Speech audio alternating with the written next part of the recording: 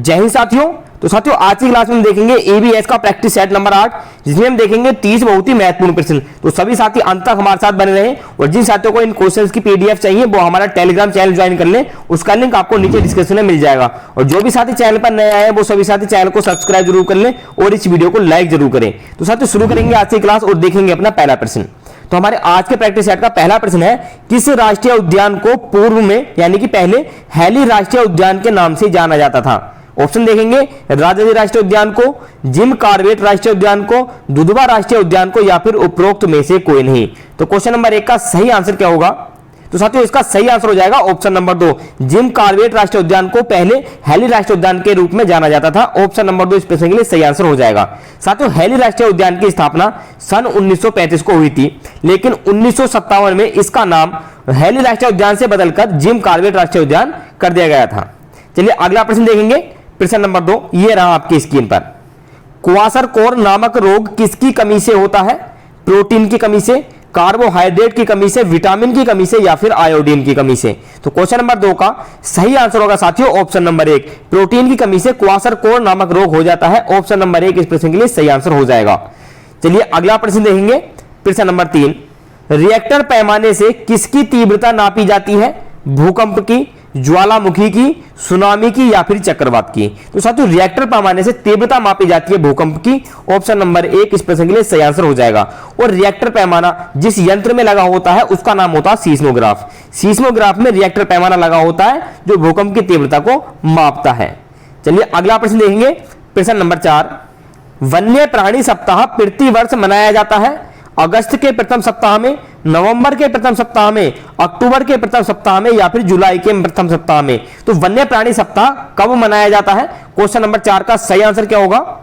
जी हां, इसका सही आंसर होगा साथियों ऑप्शन नंबर 3, अक्टूबर के प्रथम सप्ताह में वन्य प्राणी सप्ताह मनाया जाता है। ऑप्शन नंबर 3 इस प्रश्न के लिए सही आंसर होगा। चलिए अगला प्रश्न देखेंगे, प्रश्न नंबर 5 ये रहा आपकी स्क्रीन पर।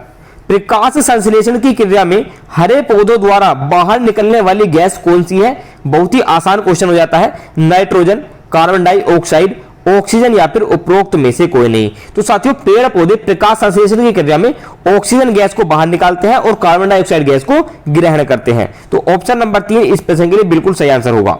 चलिए अगला प्रश्न देखेंगे, प्रश्न नंबर 6, तो बहुत ही ज्यादा इंपोर्टेंट प्रश्न होने वाला प्रश्न नंबर 6, चावल को पॉलिश करने पर कौन सा विटामिन नष्ट हो जाता है? चावल को अगर हम पॉलिश करें तो उसके अंदर से कौन सा विटामिन नष्ट हो जाएगा? कैल्सीफेरोल, एस्कॉर्बिक अम्ल, थायरोक्सिन, या फिर थायमिन? तो क्वेश्चन नंबर 6 का सही आंसर होगा साथियों थायमिन विटामिन नष्ट हो जाएगा। ऑप्शन नंबर 4 इसके लिए सही आंसर हो जाएगा। साथियों थायमिन विटामिन B1 का रासायनिक नाम है, कैल्सीफेरोल विटामिन D का रासायनिक नाम है, एस्कॉर्बिक अम्ल विटामिन C का रासायनिक नाम है। तो ये भी आपको साथ में ध्यान रखना है, आपसे क्वेश्चन पूछा जा सकता है कि विटामिन डी का रासायनिक नाम क्या है या फिर विटामिन सी का रासायनिक नाम क्या है। तो कैल्सीफेरोल विटामिन डी का रासायनिक नाम है और एस्कॉर्बिक अम्ल या एस्कॉर्बिक एसिड विटामिन सी का रासायनिक नाम है। साथ में हम बात करेंगे B1 की कमी से बीमारी कौन सी होती है? अगर विटामिन B1 की कमी हो जाती है तो उसकी कमी से बेरी-बेरी नामक रोग हो जाता है। तो सभी साथियों को याद रखना है, विटामिन B1 की कमी से बेरी-बेरी नामक रोग हो जाता है। चलिए अगला प्रश्न देखेंगे, प्रश्न नंबर 7 ये रहा आपकी स्क्रीन पर। लौंग एवं केसर पौधे के किस भाग से प्राप्त होते हैं? वेरी वेरी इंपोर्टेंट ये क्वेश्चन हो जाता है। तने से, जड़ से, फूल से, या फिर फल से? तो साथियों लौंग एवं केसर पौधे के फूल भाग से प्राप्त होते हैं। ऑप्शन नंबर 3 इसके लिए सही आंसर हो जाएगा। साथियों साथ में जान लेते हैं, केसर का सबसे बड़ा उत्पादक राज्य है जम्मू कश्मीर।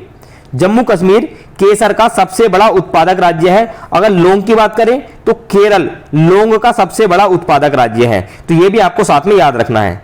चलिए अगला प्रश्न देखेंगे, प्रश्न नंबर 8, निम्न में से कौन सा उत्तराखंड का राज्य प्रतीक नहीं है? मतलब ये चारों नाम जो दे रखे हैं इनमें से हमें बताना है कि वो कौन सा प्रतीक है जो उत्तराखंड का राज्य प्रतीक नहीं है। नंबर 1 बुरांश, मोनाल, बाघ, या फिर कस्तूरी मृग? तो क्वेश्चन नंबर 8 का सही आंसर होगा साथियों बाघ। बाघ उत्तराखंड राज्य का राज्य प्रतीक नहीं है। ऑप्शन नंबर 3 इस प्रश्न के लिए सही आंसर हो जाएगा। चलिए अगला प्रश्न देखेंगे, प्रश्न नंबर 9 आज की क्लास का ये रहा आपकी स्क्रीन पर। हमारे पर्यावरण को बचाने के लिए 3 प्रकार के आर हैं, यानी कि आर। तो हमें बताने हैं वो कौन से हैं। नंबर 1 पुनः उपयोग, पुनः संरचना, पुनः निर्माण, कम उपयोग, पुनः चक्रण, पुनः निर्माण, कम उपयोग, पुनः चक्रण और पुनः उपयोग, या फिर कम उपयोग, पुनः चक्रण, ये चक्रण होगा, और पुनः संरचना। तो क्वेश्चन नंबर 9 का सही आंसर होगा साथियों ऑप्शन नंबर 3। इस पहले तो हम सबसे कम उपयोग करें, उसके बाद पुनः चक्रण करें और फिर उसके बाद पुनः उपयोग करें, तो ऑप्शन नंबर 3 इसके लिए सही आंसर हो जाएगा।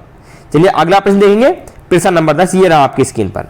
ऊर्जा का अप्रदूषकीय स्रोत कौन सा है? वो कौन सा स्रोत है ऊर्जा का जिससे प्रदूषण नाम मात्र का होता है या बिल्कुल भी प्रदूषण नहीं होता है?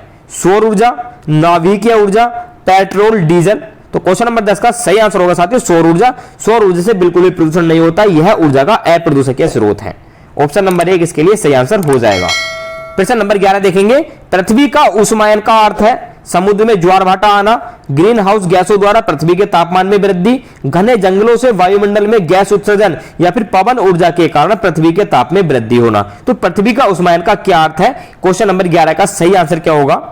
इसका सही आंसर होगा साथियों ऑप्शन नंबर 2, ग्रीन हाउस गैसों द्वारा पृथ्वी के तापमान में जो वृद्धि होती है उसे ही पृथ्वी का ऊष्मायन या फिर ग्लोबल वार्मिंग के नाम से जाना जाता है। तो ऑप्शन नंबर 2 इस प्रश्न के लिए सही आंसर हो जाएगा। हमने बात की यहां पर ग्रीन हाउस गैसों की, तो हमारे वायुमंडल में कुल चार तरीके की गैसें हैं, जो कुल 4 ऐसी गैसें हैं जिनसे पृथ्वी का तापमान बढ़ता है या फिर ग्लोबल वार्मिंग की समस्या आती है। वो गैसें देख लेते हैं, carbon dioxide gas, CFC, chlorofluorocarbon, CH4, methane और N2O, नाइट्रस ऑक्साइड। ये 4 गैसें हैं जिनकी वजह से ग्लोबल वार्मिंग की समस्या आती है। चलिए अगला प्रश्न देखेंगे, प्रश्न नंबर 12 ये रहा आपकी स्क्रीन पर। कार्बन डेटिंग विधि प्रयुक्त की जाती है वस्तु की आयु ज्ञात करने में, स्थान ज्ञात करने में, लिपि को पहचानने में या फिर वस्तु की पहचान करने में। तो क्वेश्चन नंबर 12 का सही आंसर होगा साथियों कार्बन डेटिंग विधि प्रयोग की जाती है वस्तु की आयु ज्ञात करने में। ऑप्शन नंबर 1 इस प्रश्न के लिए बिल्कुल सही आंसर हो जाएगा। चलिए अगला प्रश्न देखेंगे, प्रश्न नंबर 13 आज की क्लास का ये रहा आपकी स्क्रीन पर। अम्लीय वर्षा से ऐतिहासिक इमारतों तथा मूर्तियों का संचारित या क्षरण होना क्या कहलाता है? Stone leprosy, dry deposition, aerosol या फिर इनमें से कोई नहीं। तो अम्लीय वर्षा से जो ऐतिहासिक इमारतें होती हैं या फिर मूर्तें होती हैं उनका जो क्षरण होता है उसको कहते हैं साथियों स्टोन लेप्रोसी। ऑप्शन नंबर 1 इसके लिए सही आंसर हो जाएगा। और वर्तमान में स्टोन लेप्रोसी का जो शिकार है वो बहुत ही चर्चित इमारत है जो है आगरा का ताजमहल। आगरा का ताजमहल जो ऊपर से हल्का पीला पड़ने लगा है अम्लीय वर्षा के कारण। चलिए अगला प्रश्न देखेंगे, प्रश्न नंबर 14 ये रहा आपकी स्क्रीन पर। स्पर्श गंगा अभियान का मुख्य उद्देश्य क्या है? गंगा की स्वच्छता, स्वास्थ्य सुरक्षा, नदियों को जोड़ना या फिर मंदिरों का जीर्णोद्धार करना। तो इस पर गंगा अभियान का जो मुख्य उद्देश्य है वो है साथियों गंगा की स्वच्छता। ऑप्शन नंबर 1 इस प्रश्न के लिए बिल्कुल सही आंसर होगा। चलिए अगला प्रश्न देखेंगे, प्रश्न नंबर 15 ये रहा आपकी स्क्रीन पर।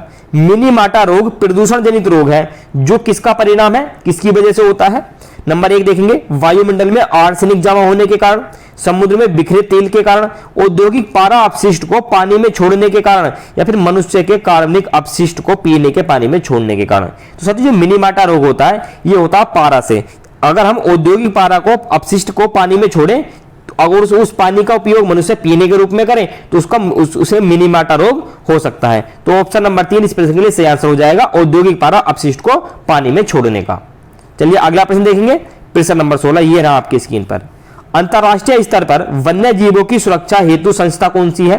अंतरराष्ट्रीय स्तर पर वन्य जीवों की सुरक्षा कौन सी संस्था करती है? ऑप्शन नंबर 1 देखेंगे यूनिसेफ, IUCN, IUPAC या फिर WHO। तो क्वेश्चन नंबर 16 का सही आंसर होगा साथियों option number 2 IUCN। Option number 2 इस प्रश्न के लिए सही आंसर हो जाएगा। चलिए अगला प्रश्न देखेंगे, प्रश्न नंबर 17 ये रहा आपकी स्क्रीन पर। भारत के किस राज्य में पानी पंचायत प्रारंभ हुई? वेरी वेरी इंपोर्टेंट ये क्वेश्चन हो जाता है। भारत के किस राज्य में पानी पंचायत प्रारंभ हुई है? राजस्थान में, केरल में, आंध्र प्रदेश में या फिर महाराष्ट्र में? तो क्वेश्चन नंबर 17 का सही आंसर होगा साथियों महाराष्ट्र में पानी पंचायत प्रारंभ हुई है। ऑप्शन नंबर 4 इस प्रश्न के लिए बिल्कुल सही आंसर होगा। चलिए अगला प्रश्न देखेंगे, प्रश्न नंबर 18। ओजोन परत सूर्य से आने वाले किन किरणों को रोकती है? एक्स किरणों को, अवरक्त किरणों को या गामा किरणें भी कह सकते हैं अवरक्त की जगह, परावैंगनी किरणों को या उपरोक्त में से कोई नहीं। तो साथियों जो ओजोन परत है वो सूर्य से आने वाली परावैंगनी किरणें यानी कि अल्ट्रावायलेट रेज या फिर यूवी रेज भी इनको कहा जाता है, इनको आने से रोकती है। ऑप्शन नंबर 3 इसके लिए सही आंसर हो जाएगा। चलिए अगला प्रश्न देखेंगे, प्रश्न नंबर 19 आज की क्लास का। संरक्षण या विनाश पुस्तक के लेखक कौन है? वंदना शिवा, सरला बहन, जिम कार्बेट या फिर रस्किन बॉन्ड। तो संरक्षण या विनाश पुस्तक किसके द्वारा लिखी गई है? क्वेश्चन नंबर 19 का सही आंसर होगा साथियों सरला बहन के द्वारा। ऑप्शन नंबर 2 इसके लिए सही आंसर हो जाता है। चलिए अगला प्रश्न देखेंगे, प्रश्न नंबर 20। क्षेत्रफल के आधार पर भारत का सबसे बड़ा राज्य कौन सा है? राजस्थान, उत्तर प्रदेश, महाराष्ट्र या फिर मध्य प्रदेश। तो बहुत ही आसान क्वेश्चन है। क्वेश्चन नंबर 20 का सही आंसर होगा साथियों राजस्थान। ऑप्शन नंबर 1 इस प्रश्न के लिए सही आंसर हो जाएगा। चलिए अगला प्रश्न देखेंगे। प्रश्न नंबर 21 आज की क्लास का 11 जुलाई को मनाया जाता है विश्व जनसंख्या दिवस, विश्व स्वास्थ्य दिवस, अंतरराष्ट्रीय महिला दिवस या फिर विश्व जल दिवस। तो 11 जुलाई को कौन सा दिवस मनाया जाता है? क्वेश्चन नंबर 21 का सही आंसर क्या होगा? इसका सही आंसर होगा साथियों विश्व जनसंख्या दिवस 11 जुलाई को मनाया जाता है। ऑप्शन नंबर 1 इसके लिए सही आंसर हो जाएगा। चलिए अगला प्रश्न देखेंगे। प्रश्न नंबर 22 आज की क्लास का सन 1992 में पर्यावरण सुरक्षा से संबंधित प्रथम पृथ्वी सम्मेलन किस शहर में हुआ था? साथियों ध्यान से पढ़ना क्वेश्चन को। 1992 में पर्यावरण सुरक्षा से संबंधित जो पृथ्वी सम्मेलन हुआ था वह किस शहर में हुआ था? वेरी वेरी इंपोर्टेंट ये क्वेश्चन हो जाता है आप सभी के लिए।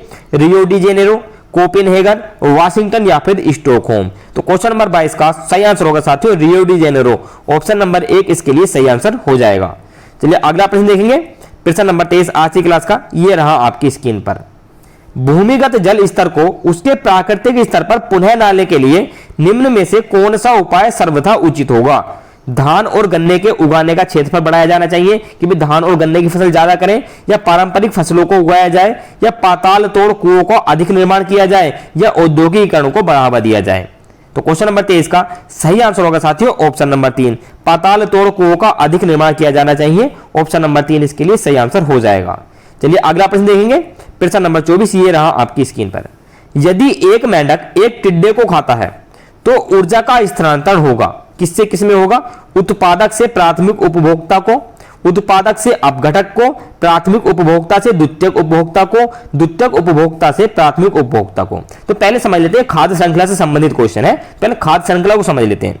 देखो हरे पेड़ पौधे अपना भोजन स्वयं बनाते हैं तो वो हो गए उत्पादक। जो अपना भोजन स्वयं बनाते हैं वो सिर्फ पेड़ पौधे ही हैं तो उनको क्या कहेंगे हम? उत्पादक। अब इन पेड़ पौधों को जो खाएगा पहले नंबर पर यानी कि शाकाहारी, तो वो हो जाएंगे हमारे प्राथमिक उपभोक्ता।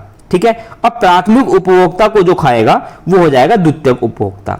इस तरीके से हमारी एक खाद्य श्रृंखला चलती चली जाती है। तो यहां पर क्या हो रहा है? एक मेंढक एक टिड्डे को खाता है। टिड्डा क्या खाता है? टिड्डा पेड़ पौधों को खाता है, पेड़ पौधों के पत्ते खाता है। तो टिड्डा हो गया हमारा प्राथमिक उपभोक्ता, प्राथमिक उपभोक्ता हो गया। और इस टिड्डे को कौन खा रहा है? मेंढक। तो मेंढक हो गया द्वितीयक उपभोक्ता। हम ऑप्शंस देख लेते हैं। तो ऑप्शन नंबर 3 में है प्राथमिक उपभोक्ता से द्वितीय उपभोक्ता में। तो ऑप्शन नंबर 3 क्वेश्चन नंबर 24 का सही आंसर हो जाएगा। चलिए प्रश्न नंबर 25 देखेंगे। निम्नलिखित को सुमेलित कीजिए। एक तरफ रोग दे रखे हैं और दूसरी तरफ दे रखे हैं घरेलू उपचार। रोग से घरेलू उपचारों को मिलाना है। तो पहला रोग है कटा हुआ हो या फिर कोई घाव हो, तो साथियों ये सही होता है हल्दी के चूर्ण से। दूसरा जाता है सामान्य ज्वर, तो ये होगा ऑप्शन नंबर 3 से मिलेगा मेथी के बीजों की चाय पीने से सामान्य ज्वर खत्म हो जाता है। आंख की सूजन, ताजे धनिये के बीजों से आंख की सूजन का दर्द खत्म हो जाता है। दांत का दर्द, ये होगा हींग के चूर्ण से। तो हमारे ऑप्शंस क्या बनेंगे? पहला मिला हमारा 2 से, और दूसरा मिला है हमारा 3 से, तीसरा मिला है 1 से, और चौथा मिला हमारा चौथे से ही। तो 2 3 1 4 ये है ऑप्शन नंबर 4, 2 3 1 4। तो ऑप्शन नंबर 4 इस प्रश्न के लिए सही आंसर हो जाएगा। चलिए अगला प्रश्न देखेंगे। प्रश्न नंबर 26 आज की क्लास का ये रहा आपकी स्क्रीन पर। निम्न में से पृथ्वी पर कौन सा पारिस्थितिक तंत्र सबसे बड़ा है? समुद्र, रेगिस्तान, वन या फिर कृषि भूमि। तो अगर पारिस्थितिकी तंत्र की बात करें तो समुद्र सबसे बड़ा पारिस्थितिकी तंत्र है। ऑप्शन नंबर 1 इसके लिए सही आंसर हो जाएगा। प्रश्न नंबर 27 देखेंगे। पर्यावरण एवं वन मंत्रालय भारत सरकार द्वारा पर्यावरण के क्षेत्र में दिया जाने वाला पुरस्कार कौन सा है? तो ये जो 4 पुरस्कार है पर्यावरण श्री, पर्यावरण मित्र, तरु मित्र या फिर वृक्ष मित्र, तो इनमें से वो कौन सा पुरस्कार है जो पर्यावरण के क्षेत्र में दिया जाता है? क्वेश्चन नंबर 27 का सही आंसर क्या होगा? इसका सही आंसर होगा साथियों ऑप्शन नंबर 4 वृक्ष मित्र पुरस्कार पर्यावरण के क्षेत्र में दिया जाता है। ऑप्शन नंबर 4 इसके लिए सही आंसर हो जाएगा। चलिए अगला प्रश्न देखेंगे। प्रश्न नंबर 28। निम्न में से कौन सा युग्म सुमेलित नहीं है? साथियों नहीं वाले क्वेश्चन को जरा ध्यान से पढ़ना। मैं अपने हर एक प्रैक्टिस सेट में आपको यही बताता हूं कि जिस भी प्रश्न में नहीं आया उसको जरा थोड़ा सा ध्यान से पढ़ना, यहीं पर गलती होने के चांसेस ज्यादा होते हैं। तो हमें वो बताना है जो युग्म सुमेलित सही नहीं है। ठीक है, देखेंगे पहले रिंगाल इमारती लकड़ी, जेट्रोफा बायोडीजल, बाज चारा, बाजरा होगा साथियों, बाजरा चारा, चीड़ लीसा। तो क्वेश्चन नंबर 28 का सही आंसर क्या होगा? इसका सही आंसर हो जाएगा साथियों रिंगाल इमारती लकड़ी। यह आंसर गलत है, यह सही मिला नहीं है। तो ऑप्शन नंबर 1 इस प्रश्न के लिए बिल्कुल सही आंसर हो जाएगा। प्रश्न नंबर 30 देखेंगे और आज की क्लास का हमारा लास्ट प्रश्न है, भोपाल गैस त्रासदी किस गैस के कारण हुई थी? तो जो बहुत बड़ी दुर्घटना हुई थी भोपाल गैस त्रासदी, यह किस गैस के रिसाव के कारण हुई थी? मीथेन, अमोनिया, मिथाइल साइनेट या फिर मिथाइल आइसोसाइनेट। तो क्वेश्चन नंबर 30 का आंसर आपको कमेंट में टाइप करके हमें बताना है, तो जल्दी से इसका आंसर नीचे कमेंट में टाइप कर दीजिए। तो साथियों ये थे हमारे आज की क्लास के 30 बहुत ही महत्वपूर्ण प्रश्न। तो जो भी साथी अंत तक हमारे साथ बने रहे उनका बहुत बहुत धन्यवाद, और जिन साथियों ने अभी तक हमारे चैनल को सब्सक्राइब नहीं किया है वो सभी साथी चैनल को सब्सक्राइब जरूर कर लें और इस वीडियो को लाइक कर दें। हम आपसे मिलते हैं अगली क्लास में। जय हिंद।